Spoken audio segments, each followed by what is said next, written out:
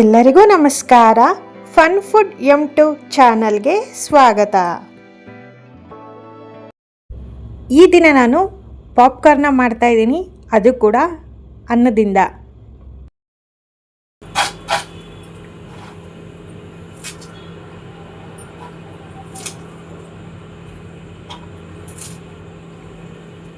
ಹೌದು, ಉಳಿದಿರೋ ಅನ್ನದಿಂದ ಪಾಪ್ಕಾರ್ನ ಮಾಡ್ತಾಯಿದ್ದೀನಿ, ಅಂದರೆ ಸಂಡಿಗೆನ ಮಾಡ್ತಾಯಿದ್ದೀನಿ.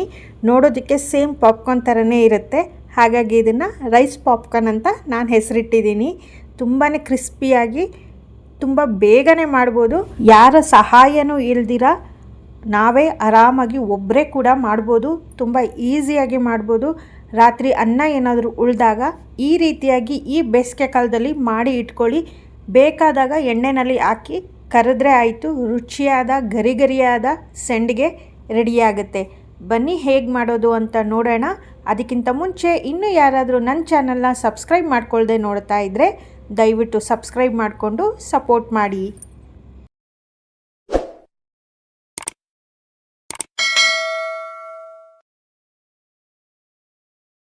ಉಳಿದಿರೋ ಅನ್ನ 1 ಕಪ್ ಅಷ್ಟಿದೆ. ಇದಕ್ಕೆ ಸ್ವಲ್ಪ ನೀರು ಹಾಕಿ ಕುಕ್ಕರಲ್ಲಿ ಮತ್ತೆ 2ರಿಂದ 3 ಕೂಗಿಸ್ಕೊಳ್ತಾ ಇದ್ದೀನಿ. ಸ್ವಲ್ಪ ಅನ್ನ ಮೆತ್ತಗಾಗಬೇಕು, ಹಾಗೆ ಬಿಸಿಯಾಗಿರಬೇಕು ಅನ್ನೋ ಕಾರಣಕ್ಕೆ ಈ ರೀತಿಯಾಗಿ ಉಳಿದಿರೋ ಅನ್ನದಿಂದ ಚಿತ್ರಾನ್ನ ಆಗಿರ್ಬೋದು, ಒಗ್ಗರಣೆ ಆಗಿರ್ಬೋದು, ಇನ್ನೇನೋ ಮಾಡ್ಕೊಂಡು ತಿನ್ನೋ ಬದಲು ಈ ಬೇಸಿಗೆ ಕಾಲದಲ್ಲಿ ಈ ರೀತಿಯಾಗಿ ಸಂಡಿಗೆನ ಮಾಡಿ ಇಟ್ಕೊಂಡಾಗ ನಮಗೆ ವರ್ಷ ಪೂರ್ತಿಯಾಗಿ ಬೇಕಾದಷ್ಟು ಸಂಡಿಗೆ ರೆಡಿಯಾಗುತ್ತೆ. ಅದು ಕೂಡ ಒಬ್ಬರೇ ಆರಾಮಾಗಿ ಮಾಡ್ಬೋದು, ತುಂಬ ಸುಲಭವಾಗಿ. ನಮಗೆ ಯಾವಾಗ ಬೇಕೋ ಆವಾಗ ಎಣ್ಣೆಯಲ್ಲಿ ಕರೆದ್ರೆ ಆಯಿತು.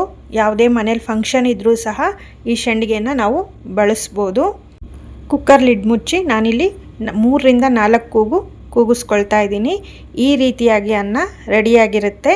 ಇದನ್ನು ಒಂದು ತಟ್ಟೆಗಾಗಿರ್ಬೋದು ಅಥವಾ ನಿಮ್ಮ ಹತ್ರ ಒಂದು ದೊಡ್ಡ ಪರಾತ ಇದ್ದರೆ ಅದಕ್ಕೂ ಸಹ ಹಾಕ್ಕೋಬೋದು. ಈ ರೀತಿ ಹಾಕ್ಕೊಂಡು ಬಿಸಿ ಇರುವಾಗಲೇ ಅದನ್ನು ಚೆನ್ನಾಗಿ ಮ್ಯಾಶ್ ಮಾಡ್ಕೋಬೇಕು. ಆ ಅನ್ನದಗಳಿಗೇನಿದೆ ಅದು ಯಾವುದು ಕಾಣಿಸ್ಬಾರ್ದು. ಆ ರೀತಿಯಾಗಿ ಚೆನ್ನಾಗಿ ನಾವು ಮ್ಯಾಶ್ ಮಾಡ್ಕೋಬೇಕಾಗತ್ತೆ. ಹಾಗೆಯೇ ಯಾವುದೇ ಕಾರಣಕ್ಕೂ ಇದನ್ನು ಮಿಕ್ಸಿಗೆ ಹಾಕೋಕ್ಕೆ ಹೋಗಬೇಡಿ. ನಾವು ಇದೇ ರೀತಿನೂ ಮ್ಯಾಶ್ ಮಾಡಿಕೊಂಡ್ರೆ ನಮ್ಗೆ ಸಂಡಿಗೆ ತುಂಬಾ ಚೆನ್ನಾಗಿ ಸಿಗುತ್ತೆ. ಇದೇನು ತುಂಬ ಟೈಮು ಆಗೋದಿಲ್ಲ, ಬೇಗನೆ ಅನ್ನ ಮ್ಯಾಶ್ ಆಗುತ್ತೆ. ಬಿಸಿ ಇರುವಾಗಲೇ ಮ್ಯಾಶ್ ಮಾಡಿಕೊಂಡ್ರೆ ತುಂಬ ಬೇಗ ಮ್ಯಾಶ್ ಆಗುತ್ತೆ. ಇದಕ್ಕೆ ಸ್ವಲ್ಪ ಉಪ್ಪು, ಸ್ವಲ್ಪ ಜೀರಿಗೆ, ಸ್ವಲ್ಪ ಹಸಿಮೆಣಸಿನ್ಕಾಯಿ, ಸ್ವಲ್ಪ ಕೊತ್ತಂಬರಿ ಸೊಪ್ಪನ್ನು ಸೇರಿಸ್ತಾ ಇದ್ದೀನಿ. ನಿಮಗೆ ಬೇಕಾಗಿರುವಂತಹ ಯಾವುದೇ ರೀತಿಯ ಫ್ಲೇವರ್ನ ಈಗಲೇ ಆ್ಯಡ್ ಮಾಡ್ಕೋಬೋದು. ಪುದೀನ ಸೊಪ್ಪಾಗಿರ್ಬೋದು ಅಥವಾ ಒಣಮೆಣಸಿನ್ಕಾಯಿ ಇಲ್ಲ ಚಿಲ್ಲಿ ಫ್ಲೇಕ್ಸ್ ಆಗಿರ್ಬೋದು. ಈ ರೀತಿಯಾಗಿ ಯಾವುದೇ ರೀತಿಯ ಫ್ಲೇವರ್ನ ಆ್ಯಡ್ ಮಾಡಿಕೊಂಡು ಈ ರೀತಿ ಕೈಯಲ್ಲೇ ಚೆನ್ನಾಗಿ ಕಲಿಸ್ಕೋಬೇಕಾಗತ್ತೆ. ಕಲಿಸ್ತಾ ಇದ್ದಾಗ ಗೊತ್ತಾಗುತ್ತೆ ಎಲ್ಲ ಅನ್ನ ನೀಟಾಗಿ ಒಂದು ಉಂಡೆ ಕಟ್ಟೋ ಆಕಾರಕ್ಕೆ ಬರಬೇಕು. ಅಲ್ಲಿ ತನಕ ಈ ರೀತಿಯಾಗಿ ಕಲಿಸ್ಕೊಂಡ್ರೆ ಸಾಕು. ಇದನ್ನು ಇನ್ನೊಂದು ತಟ್ಟೆ ಅಥವಾ ನಿಮಗೆ ಯಾವುದರಲ್ಲಿ ಅನುಕೂಲನೋ ಆ ರೀತಿ ಒಂದು ದೊಡ್ಡದು ಪಾತ್ರೆ ಅಥವಾ ತಟ್ಟೆ ತೊಗೊಂಡು ನಿಮಗೆ ಬೇಕಾಗಿರೋ ಸೈಜ್ಗೆ ನಾವು ಈ ರೀತಿ ತಟ್ಟೆನಲ್ಲೇ ಹಾಕ್ಕೊತ ಹೋಗ್ಬೋದು. ಬಿಸಿಲಿಗೆ ಹೋಗಿ ಹಾಕಬೇಕು ಅಂತ ಏನೂ ಇಲ್ಲ. ಆರಾಮಾಗಿ ನಾವು ಮನೆಯಲ್ಲೇ ಕುತ್ಕೊಂಡು ನೆರಳಲ್ಲೇ ಹಾಕಿ ಆಮೇಲೆ ಬಿಸಿಲಿಗೆ ತೊಗೊಂಡೋಗಿ ಇಟ್ಟರೆ ಸಾಕಾಗುತ್ತೆ. ನಾನಿಲ್ಲಿ ಈ ರೀತಿಯಾಗಿ ಕೈಯಲ್ಲೇ ತೊಗೊಂಡು ಚಿಕ್ಕದಾಗಿ ಪಾಪ್ಕಾರ್ನ್ ಶೇಪ್ ಯಾವ ರೀತಿ ಬರುತ್ತೆ ಅದೇ ಶೇಪಲ್ಲೇ ಹಾಕ್ಕೊಳ್ತಾ ಹೋಗ್ತಾ ಇದ್ದೀನಿ. ನಮ್ಗೆ ಯಾವ ಶೇಪಲ್ಲಿ ಬೇಕೋ ಆ ಶೇಪಲ್ಲಿ ಮಾಡ್ಕೋಬೋದು. ಆದಷ್ಟು ಚಿಕ್ಕದು ಅಥವಾ ತೆಳ್ಳಗೆ ಮಾಡಿದ್ರೆ ಬೇಗನೆ ಡ್ರೈ ಆಗುತ್ತೆ, ಒಣಗುತ್ತೆ. ಹಾಗಾಗಿ ಪುಟ್ಟದಾಗಿ ನಾನು ಮಾಡ್ಕೊಳ್ತಾ ಇದ್ದೀನಿ.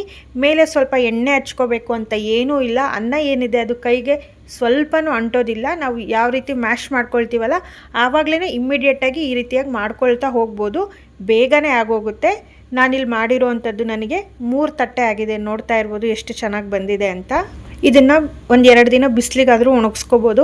ಒಂದೇ ಒಂದು ದಿನ ಬಿಸಿಲಿಗೆ ಚೆನ್ನಾಗಿ ಒಣಗಿದ್ರೂ ಸಾಕಾಗುತ್ತೆ. ಅಥವಾ ಫ್ಯಾನ್ಗಳಿಗೆ 3ರಿಂದ 4 ದಿನ ಆದರೆ ಒಣಗಿಸ್ಕೋಬೇಕಾಗತ್ತೆ.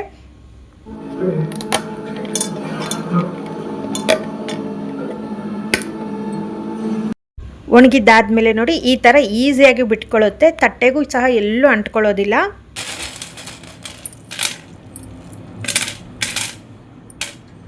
ನಾನು ಒಂದಿನ ಪೂರ್ತಿಯಾಗಿ ಬಿಟ್ಟಿದ್ದೆ, ಚೆನ್ನಾಗಿ ಒಣಗಿತ್ತು.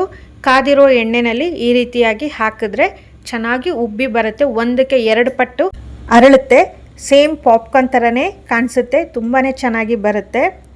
ಇನ್ನು ನಿಮಗೆ ಸಂಡಿಗೆ ಏನಾದರೂ ಕಲರ್ ಆಗಿ ಬಣ್ಣವಾಗಿ ಬೇಕಿದ್ದರೆ ನಾವು ಅನ್ನ ಮ್ಯಾಶ್ ಮಾಡಬೇಕಾದ್ರೇ ಸ್ವಲ್ಪ ಅರಿಶಿಣ ಅಥವಾ ಖಾರದ ಪುಡಿನೋ ಅಥವಾ ನಿಮಗೆ ಬೇಕಾಗಿರೋ ಫುಡ್ ಕಲರ್ನ ಆ್ಯಡ್ ಮಾಡ್ಕೋಬೋದು. ಸ್ವಲ್ಪ ಎಳ್ಳನ್ನು ಹಾಕಿದ್ರೆ ಇನ್ನೂ ತುಂಬಾ ಚೆನ್ನಾಗಿ ಬರುತ್ತೆ. ಅನ್ನದಲ್ಲಿ ಮೊದಲೇ ಉಪ್ಪು ಹಾಕಿ ಮಾಡಿರೋದಾದರೆ ಸಂಡಿಗೆಗೆ ಉಪ್ಪನ್ನು ಹಾಕಬೇಕಾದ್ರೆ ಸ್ವಲ್ಪ ನೋಡ್ಕೊಂಡು ಹಾಕಿ. ಒಣಗಿದ ಮೇಲೆ ಸ್ವಲ್ಪ ಉಪ್ಪಿನಂಶ ಜಾಸ್ತಿ ಬರುತ್ತೆ. ಹಾಗಾಗಿ ನೀವು ತಟ್ಟೆಗೆ ಹಾಕೋ ಬದಲು ಪ್ಲಾಸ್ಟಿಕ್ ಹಾಳೆ ಅಥವಾ ಯಾವುದಾದ್ರೂ ಒಂದು ಕಾಟನ್ ಬಟ್ಟೆ ಮೇಲೂ ಸಹ ಹಾಕ್ಕೋಬೋದು. ಸಂಪೂರ್ಣವಾಗಿ ಈ ಸಂಡಿಗೆ ಏನಿದೆ ಅದನ್ನು ಒಣಗಿಸಿದ ಮೇಲೆ ಒಂದು ಗಾಳಿ ಆಡದಂತಹ ಡಬ್ಬದಲ್ಲಿ ಶೇಖರಿಸಿ ಇಟ್ಟರೆ 1 ವರ್ಷದ ತನಕನೂ ಕೆಡೋದಿಲ್ಲ. ನಿಮಗೆ ಬೇಕಾದಾಗ ಎಣ್ಣೆನ ಚೆನ್ನಾಗಿ ಕಾಯಿಸ್ಬಿಟ್ಟು ಈ ರೀತಿ ಸಂಡಿಗೆ ಎಲ್ಲ ಹಾಕಿದ್ರೆ ಹೂವಿನಂತೆ ತುಂಬಾ ಚೆನ್ನಾಗಿ 1ಕ್ಕಿಂತ 2 ಪಟ್ಟು ಹರಡ್ಕೊಳ್ಳುತ್ತೆ. ಸಂಡಿಗೆ ಬಿಳಿಯಾಗೇ ಇರಬೇಕು, ಯಾವುದೇ ಕಲರ್ ಬೇಡ ಅನ್ನೋದಾದರೆ ಅನ್ನ ಮ್ಯಾಶ್ ಮಾಡಬೇಕಾದ್ರೆ ಸ್ವಲ್ಪ ನಿಂಬೆಹಣ್ಣಿನ ರಸ ಕೂಡ ಸೇರಿಸ್ಬೋದು.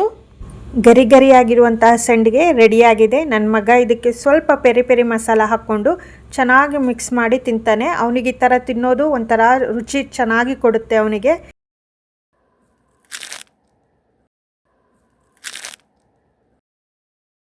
ಈ ರೀತಿಯಾಗಿ ರುಚಿಯಾದ ಸಂಡಿಗೆನ ನಾವು ಮನೆಯಲ್ಲೇ ಆರಾಮಾಗಿ ಮಾಡ್ಕೋಬೋದು. ಉಳಿದಿರುವಂತಹ ಅನ್ನದಲ್ಲಿ ನಿಮಗೆ ಬೇಕಾದಾಗ ಬೇಸಿಗೆನಲ್ಲಿ ಮಾಡಿ ಶೇಖರಿಸಿ ಇಟ್ಕೊಳ್ಳಿ, ತುಂಬಾ ಚೆನ್ನಾಗಿರುತ್ತೆ. ಈ ಒಂದು ಪುಟ್ಟ ವಿಡಿಯೋ ನಿಮಗೆಲ್ಲ ಇಷ್ಟವಾಗಿದ್ದರೆ ದಯವಿಟ್ಟು ಲೈಕ್ ಮಾಡಿ, ಕಮೆಂಟ್ ಮಾಡಿ, ಶೇರ್ ಮಾಡಿ, ಸಬ್ಸ್ಕ್ರೈಬ್ ಕೂಡ ಮಾಡಿ. ಹಾಗೆ ಹೈಪ್ ಮಾಡೋದನ್ನು ಮಾತ್ರ ಮರಿಬೇಡಿ. Thank you.